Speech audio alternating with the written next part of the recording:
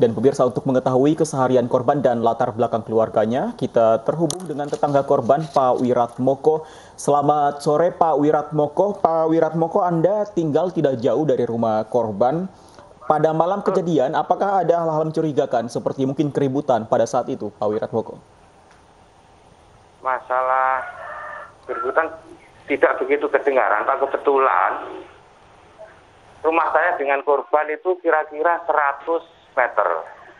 Jadi rumah saya itu termasuk jalan raya kampung, sedangkan korban itu masuk ke utara kira-kira 30-an meter, Pak.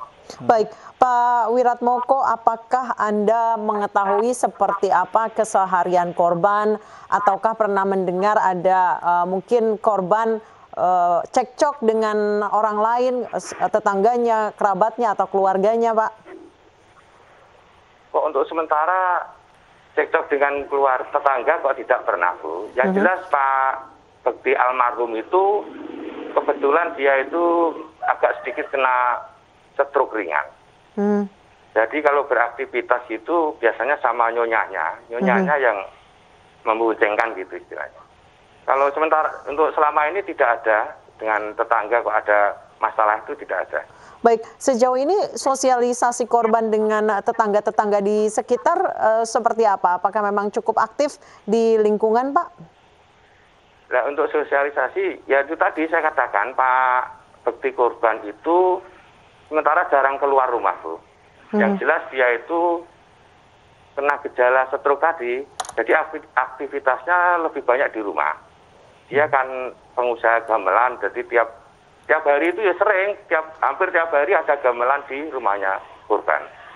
Pak Wiratmoko, sebelum pembunuhan satu keluarga ini di tempat lingkungan Anda tinggal dan korban ini, apakah pernah ada tindakan kriminal seperti perampokan sebelumnya? Alhamdulillah kok untuk daerah Rembang kok tidak pernah ada ya, Pak. Tidak baru pernah pertama ada. kali ya? Ini baru pertama kali. Aman-aman saja untuk daerah Rembang, alhamdulillah. Baik, Pak Wiratmoko, sebelum kejadian, apakah mungkin Anda pernah melihat ada orang yang mencurigakan mengintai rumah, atau ada sepeda motor ataupun mobil tidak dikenal ataupun orang tidak dikenal di sekitar kediaman korban? Nah itu tadi saya katakan, rumah saya dengan Pak Bekti itu kebetulan tidak satu jalur. Jadi saya itu jalur kampung, katakanlah jalur raya, tapi Pak Bektinya masuk ke utara kira-kira 30.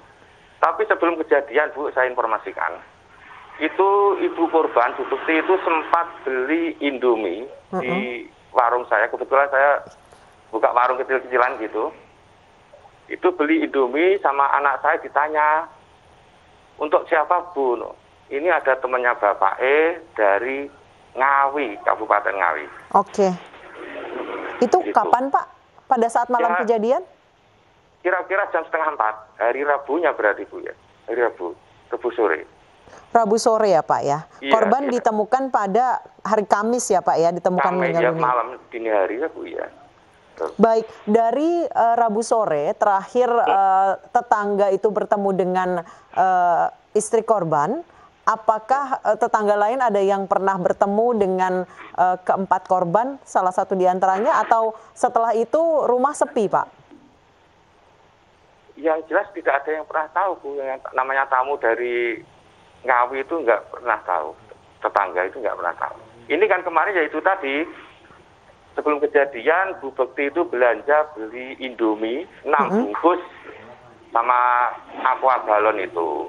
Ditanya sama anak saya, untuk siapa, Bu? Ini ada tamu temennya Bapak dari Ngawi, gitu aja. Baik, iya. Jadi korban ini sempat menerima tamu pada hari Rabu sore. Namun setelah itu, sebelum akhirnya ditemukan dalam kondisi meninggal dunia, tidak ada tetangga lagi yang bertemu ya, Pak, ya, dengan keluarga itu ya, Pak, ya? Kelihatannya kok tidak ada, Bu. Tidak ada. Iya.